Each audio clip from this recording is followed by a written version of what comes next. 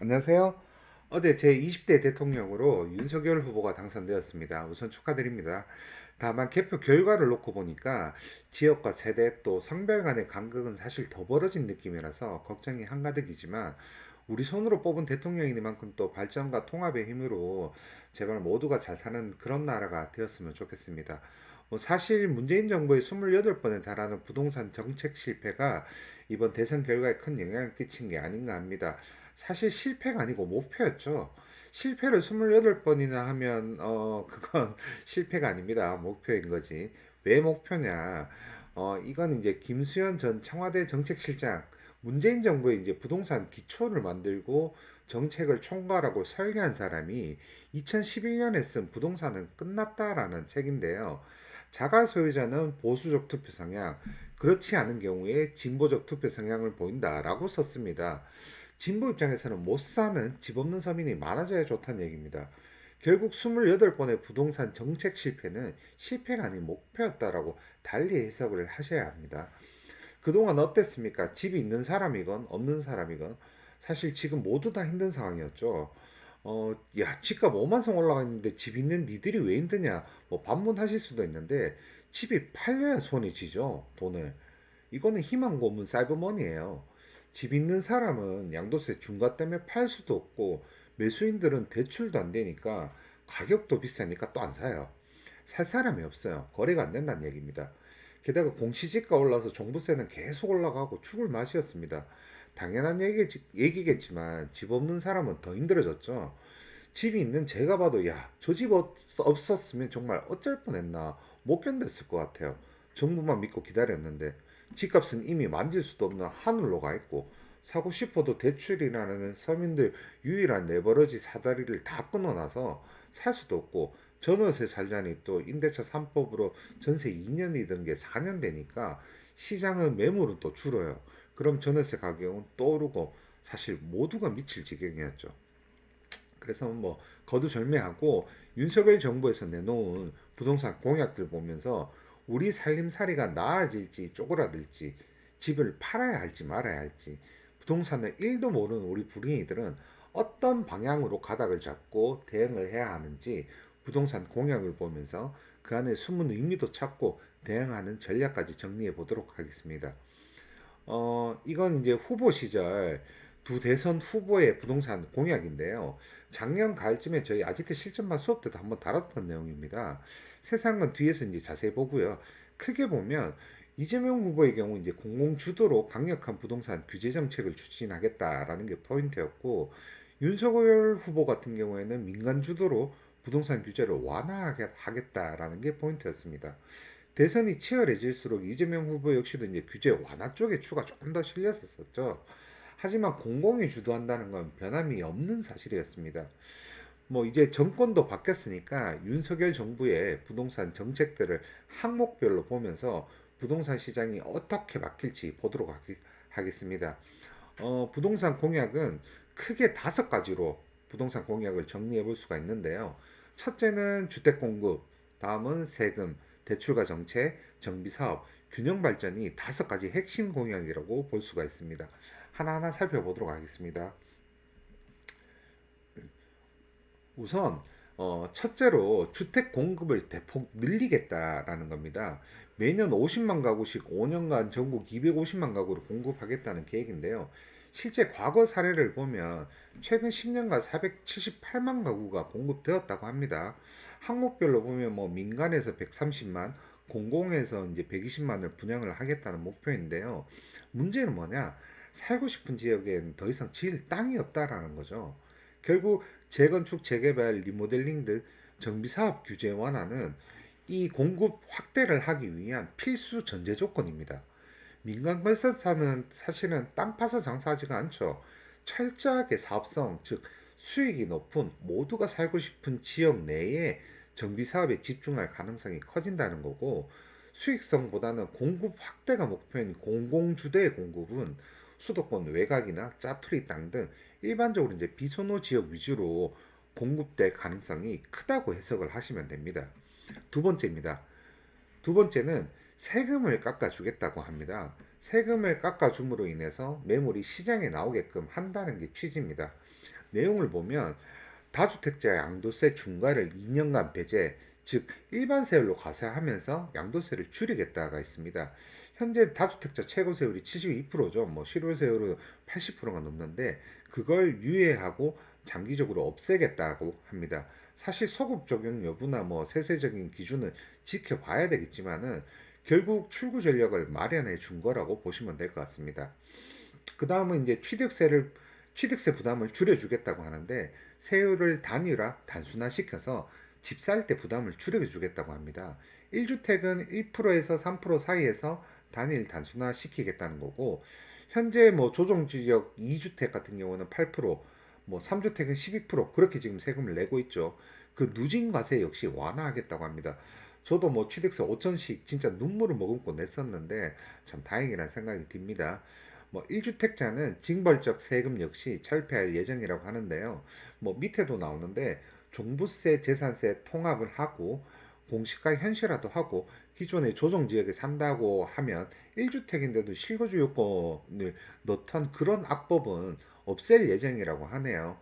그리고 또 공시가격은 2020년 수준으로 정상화하겠다고 하는데 작년에 세종시 공시가격 뭐 70% 넘게 올랐죠. 공시가격이 오르면 보유세도 늘어나니 그걸 줄이겠다라고 하는 건데 문재인 정부에서 공시가격 시세만큼 현실화한 것을 윤석열 정부에서는 안 하겠다, 돌려놓겠다라는 의미로 받아들이시면 될 것 같습니다. 뭐 이중과세 논란이 이제 계속 불거졌던 국세인 종부세와 지방세인 재산세를 장기적으로 이제 통합하는 걸 추진하겠다고 하고요. 결과적으로 이제 이 세금 감면을 통해서 윤석열 정부가 꾀하는 바는 시장에 꽁꽁 잠겨 있던 매물들을 다시 시장 밖으로 유도하겠다라고 받아들이시면 될 것 같습니다. 근데 내가 다주택자일 경우에 어떤 집을 내놓겠습니까? 당연히 좋은 거 놔두고 안 좋은 거 팔겠죠. 부동산이 막 상승하는 시기에는 주택수가 많으면 장땡이었죠. 왜냐? 많으면 많을수록 다 오르니까. 하지만 이제는 다시 똘똘한 한 채로 쏠릴 가능성이 커졌다고 보시면 됩니다. 양도세가 낮아져서 2급지를 파는 사람들이 많아지면 2급지 가격은 떨어질 것이고 취득세와 보유세가 낮아지면 1급지를 매입하거나 아예 안 팔게 되니까 1급지 부동산 가격은 오를 수밖에 없다. 이렇게 이해를 하시면 됩니다. 세 번째 이제 대출과 정책을 완화하겠다라고 합니다. 뭐 기존의 주택담보대출 비율 LTV 상한선인 40%에서 무주택자는 80%, 생애 최초 아니라도 지역 상관없이 70%로 단일화하겠다라고 합니다. 꼬름하게 다주택자는 또 빼네요. 문제는 공약할 때 DSR하고 DTI에 대한 언급은 빠졌는데요. 이거 안 되면 사실은 의미가 없죠. 뭐 이거 역시 수정되리라고 보는데 결국 계층 이동 사다리로 쓰던 이제 레버러지를 풀어주겠다는 건데 계층 이동 사다리가 다시 놓이게 되면 3급지에서 2급지로, 2급지에서 1급지로 주거 상향 이동은 막을 수 없게 된다라고 보시면 됩니다. 청약제도 역시 이제 손을 본다고 하는데요. 뭐 소형, 중형, 대형 평형의 구간을 확대하고 추첨제를 부활을 한다라고 합니다. 사실 너무 좋은 공약인 것 같아요. 요즘 1인 가구 또 뭐 애 없이 부부 생활 즐기는 딩크족들 많잖아요. 그 사람들 청약 점수는 낮다 보니까 뭐 소형 평형은 추첨제를 늘려서 집 사기 쉽게 해주겠다라고 하고요. 그다음에 애가 있는 좀 3인 이상, 4인 가구 이상 사람들은 아무래도 나이가 조금 있다 보니까 청약 시장에서 좀 역차별 받던 부분들을 개선해서 중대형 평형에 가점제를 늘려서 기회를 좀 더 주겠다고 합니다. 이거는 세대 간, 가구 간 서로 사실 윈윈할 수 있는 아주 좋은 정책인 것 같아요. 뭐 분양가 상한제는 민간은 빼고 공공만 하겠다고 하는데 앞서 말씀드린 대로 철저히 수익성, 사업성만 따지는 상급지는 더 뜨거워지지 않을까 합니다. 임대차 3법으로 또 임대인, 임차인 사실 뭐 모두 다 너무 힘들었죠. 이거 역시 문재인 정부 이전으로 돌려놓겠다고 합니다. 4년에서 2년으로 줄이고 또한 임대사업자 세금 감면 카드 역시 이제 꺼낼 예정이라고 하니까 전월세 매물은 늘어날 것이고 궁극적으로 이제 임대료 상승을 통제해서 그간 집 없는 서러움에다가 미친 듯이 올라가는 전세값으로 힘들어하던 서민들의 불만을 누그러뜨리겠다라는 전략으로 이제 보시면 될 것 같습니다. 네 번째는 정비사업 규제 완화입니다.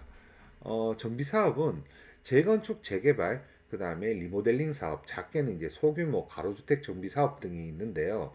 앞서 이 정비 사업은 주택 공급을 늘리기 위해서 필수적으로 선행돼야 하는 것 중에 하나라고 말씀을 드렸는데요. 항목별로 보면 재건축은 안전진단을 완화한다라고 합니다. 사실 재건축은 안으로는 시세 차익이 목적이지만 대부분 밖으로는 안전하지 않다라는 게 조합들의 취지죠.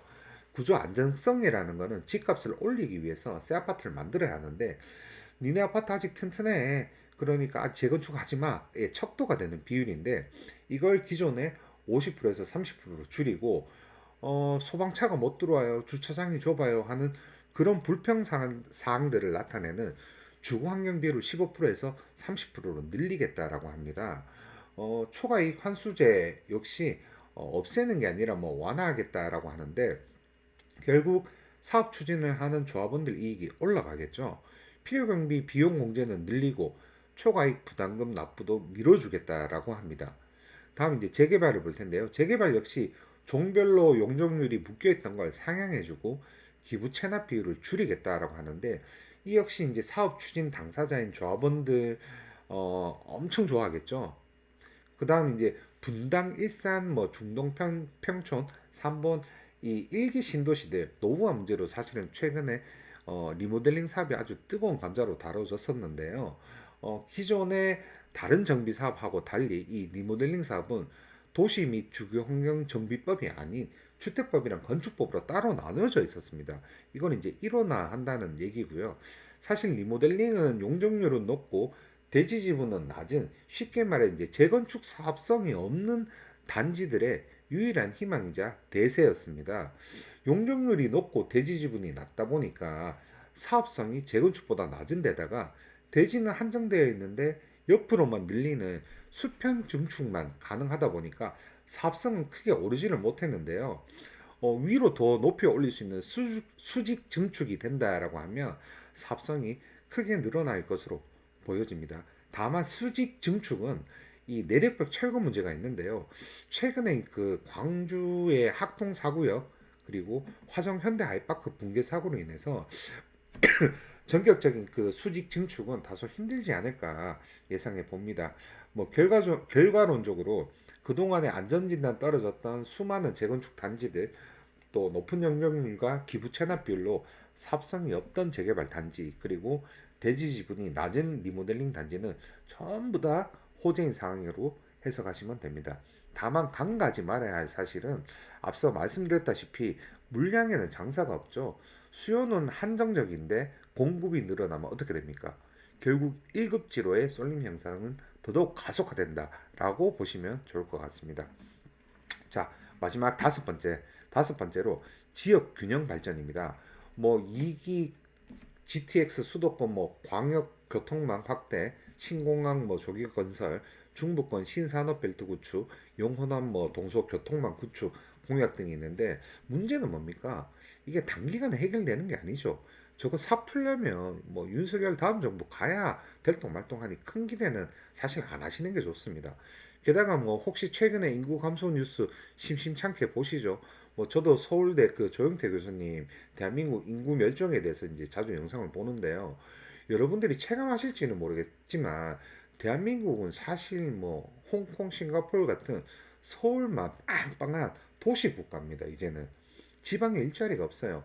2002년에 대한민국 중위 연령이 31세였는데 지금 올해 뭐 2022년에 중위 연령이 44세고 2030년에 중위 연령이 50세가 된다고 하는데 10년 앞서서 인구 이 멸종을 경험하고 있는 중위 연령 50세인 일본 부동산을 보면 인구 감소로 인해서 점점 도심 집중화가 된다고 합니다. 가뭄이 생기면 호수의 이 가장자리부터 마른다라고 하죠. 가장자리가 마르면 이 중심은 점점 더 좁아질 수는 밖에 없습니다. 균형 발전 뭐 말은 좋습니다만 인구 우리 멸종으로 가는 단계에 접어든 시점에서 뭐 무리한 지방 소도시 투자는 자제하는 것이 좋다고 생각합니다. 뭐 이곳으로 이제 그 윤석열 정부의 부동산 핵심 공약 5가지를 살펴봤고요. 중요한 건 어떻게 대응하느냐이죠. 그래서 뭐 VVIP 추천 전략 결론으로 제공을 해드리겠습니다. 첫 번째는 어, 1급 지위에는 정리해라입니다. 물량에 장사 없으니 똘똘한 놈으로 포트폴리오를 수정해라입니다. 두 번째, 2급지는 매도하고 3급지로 갈아타라입니다.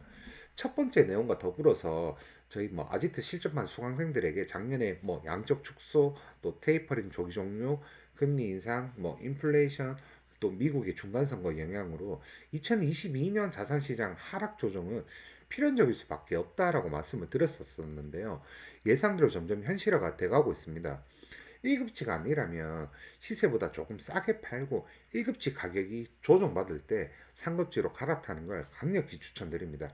이런 하락 시장에 경매도 참 매력적이니까 대구에서 매주 진행되는 저희 아지트 실전반 수업 한번 들어보시라고 또 짤막하게 광고 하나 넣겠습니다. 세 번째로 1급지 안에서 새 아파트가 아닌 새 아파트가 될 녀석들만 매입을 하는 걸 추천드립니다. 앞서 말씀드린 이 자산시장의 하락 조정 여파가 1급지든 2급지든 모두 사정권 안에 있습니다만은 사업 기간이 이제 상대적으로 긴 이 정비 사업 위주로 매입을 한다라고 하면 향후의 시세 차익은 정말 엄청날 걸로 예상이 되니까 지금 새 아파트 말고 나중에 새 아파트가 될 1급지 안에 재건축, 재개발, 리모델링, 정비 사업에 투자하시라는 얘기입니다.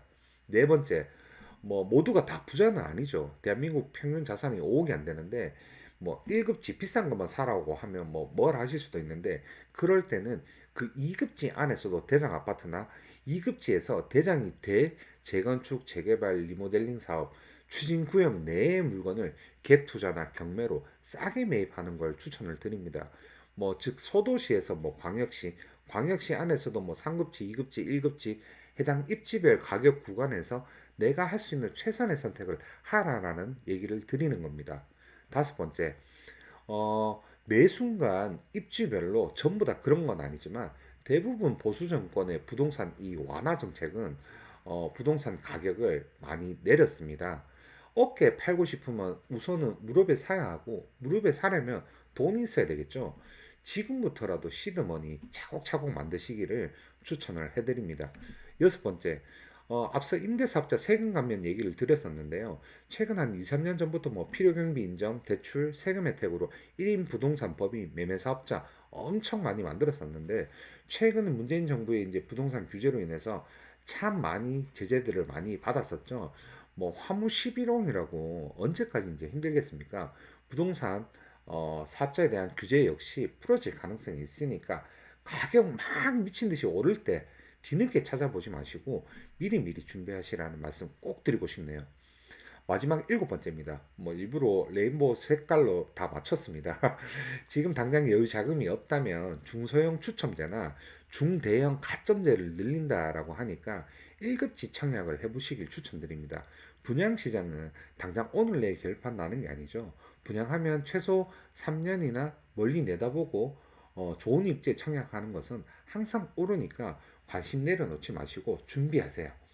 참고로 저희 네이버 카페 부동산 아지트에 서울을 포함한 이제 6대 광역시 이제 경매나 분양권, 재건축, 재개발 등 이제 정비 사업 관련 물건들을 매주 진짜 A부터 Z까지 싹 다 손품 팔아 정리해서 올려드리니까 꼭 가입해서 기회를 놓치지 않으셨으면 좋겠습니다. 끝으로 마지막 한 가지 더 조언을 드리자라고 하면 부동산 시장에서 승자는 부동산 시장이 좋든 나쁘든 항상 그 시장 안에 머무르면서 기회를 엿보는 투자자에게 돌아갑니다. 부동산을 1도 모르는 사람이 부동산 가격이 미친 듯이 오르기 시작하면 살 수 있겠습니까? 못 삽니다. 몰라서 못 사요. 그럼 반대로 부동산 1도 모르는 사람이 부동산 가격이 미친 듯이 내리면 살 수 있겠습니까? 이것도 못 사요. 무서워서 못 삽니다. 오르든 내리든 부동산을 모르는 사람들은 못 사는 이유가 따로 다 있어요.